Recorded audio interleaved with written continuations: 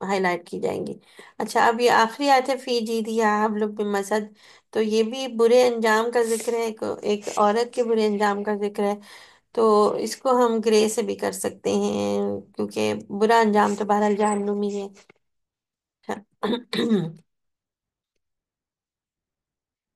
Data analysis ہے اس سورہ کا، تو چلیں مل سے کوشش کرتے ہیں۔ آپ کے ہاتھ میں فون ہے، آپ اس وقت بھی میٹا سے یا چیٹ جی پی ٹی سے یا انصاری سے پوچھ کے بات بتا سکتے ہیں۔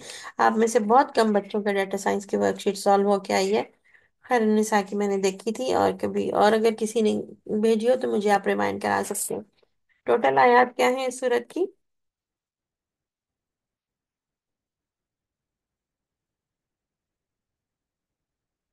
اس سورہ کی ٹوٹل آیات کتنی ہیں؟ جلدی سے بتا دینا، آپ نے تو اکثر کوئی ضرورت یاد بھی ہے، جلدی سے فٹافٹ کاؤنٹ کر کے بتا دیں۔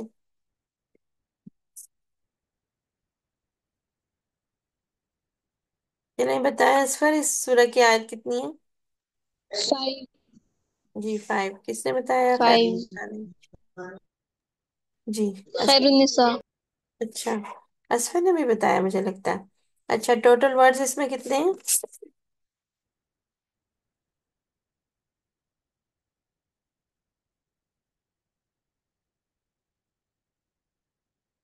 ٹوٹل ورڈ کاؤنٹ اس کا ہے 21، اور ٹوٹل لیٹر کاؤنٹ اس کا، آیت اگر سورہ آپ کے سامنے ہو تو ذرا سورہ کو غور سے دیکھیے، اس میں سے سب سے زیادہ لفظ کون سا ریپیٹ ہوا ہے، کون سا جو اس میں لفظ ہے وہ بار بار آیا ہے؟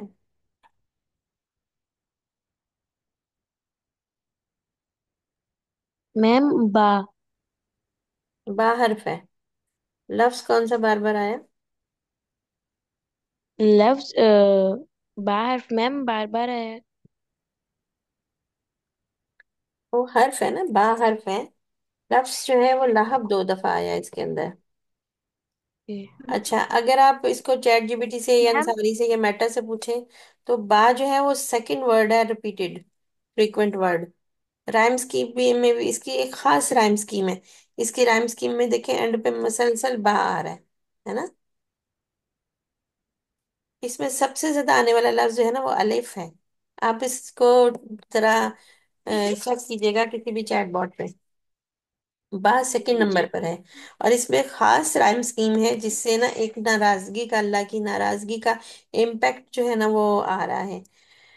اچھا اب دیکھیں کتنی آیتیں ہیں، 1 2 3 4 آیتیں ب پہ اینڈ ہو رہی ہیں، اور جو آخری آیت ہے وہ دال پہ اینڈ ہو رہی ہے، اور یہ اس کے خاص رائم سکیم ہے۔ رائم سکیم میں نا ہم اینڈنگ ساؤنڈ دیکھتے ہیں نا۔ جی پوچھئے، کون پوچھ رہا تھا؟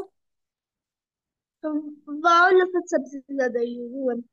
چلیں کوئی بات نہیں، ہم سب کی رائے ایک دوسرے سے فرق ہو گئی ہے، ہم چیٹ بورڈ سے پتا کر لیں گے، چیٹ جی بی ٹی سے پتا کریں، انصاری سے کریں، اس میں کون سا حرف سب سے زیادہ ہے۔ اچھا اس سورت کے کتنے نام ہیں؟ میم 2 کون بتا رہا ہے؟ اسفر بتا رہے ہیں، ہاں جی اسفر بتائیے کون کون سے؟ لہب اور مسد۔ ماشاء اللہ، ایک نام ہے اس کا سورت اللہب، دوسرا ہے سورت المسد۔ ماشاء اللہ ماشاء اللہ، مسد کا کیا مطلب ہے؟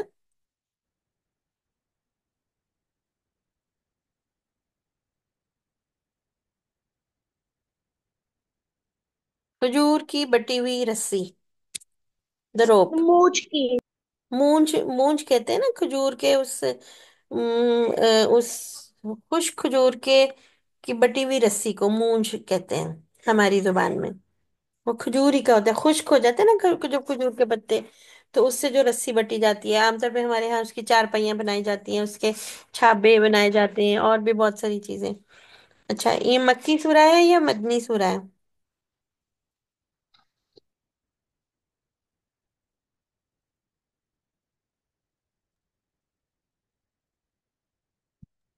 میم مکی صورت ہے۔ مکی صورت ہے، نبوت کے بالکل ابتدائی دور میں نازل ہوئی تھی، اور اس کے معنی بھی جب دو نام ہے تو دونوں کے معنی علیحدہ علیحدہ ہے۔ لہب کا مطلب شعلہ ہے، اور مسد کا مطلب کھجور کی یا مونج کی بٹی ہوئی رسی ہے، ٹھیک ہے؟ اور کرونالوجیکل سیکوینس اس کی کیا ہے؟ دینی زمانی اعتبار سے یہ سورہ، اس کا نمبر کیا ہے سورہ کا؟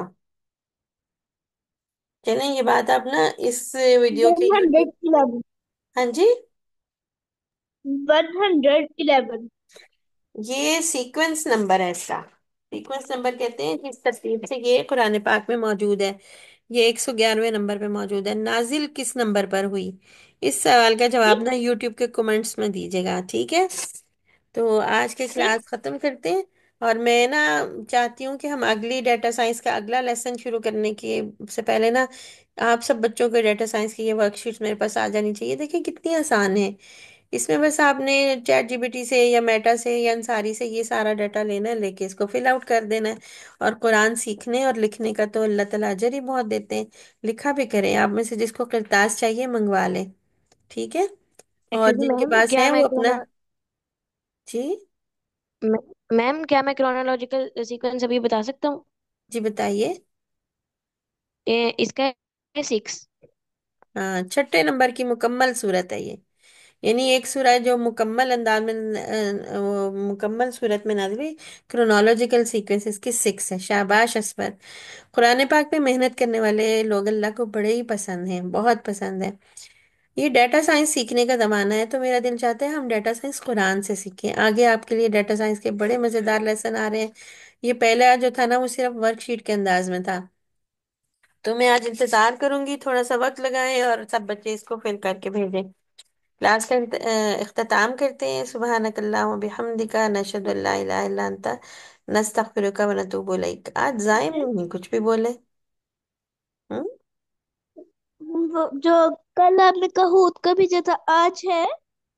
ساری صورتوں کے بھیجے جا رہے ہیں ہم، آپ کرتے جائیں ماشاءاللہ، ٹھیک ہے؟ دیکھیں اب سورہ ناصر فلق کے بھی آ گئے ہوئے ہیں، ٹھیک ہے؟ میرے لیے بھی دعا کیا کیجیے، آپ کی استاد ہوں تو میرے لیے دعا کیا کرے نا، اللہ تعالیٰ میرے بھی وقت میں برکت ڈالے۔